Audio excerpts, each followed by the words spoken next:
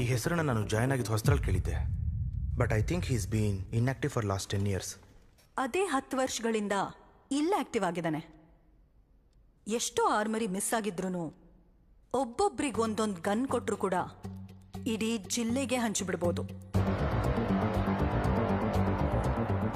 He's a ruthless assassin. But what is he building ನಾವ್?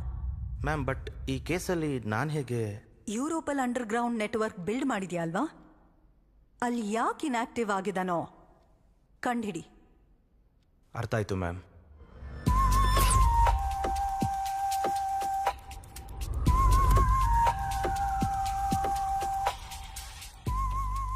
Last time ನೀನು ಕೊಟ್ಟ ಟಿಪ್ಸಿಂದ $1 million profit ಬಂತು. One favour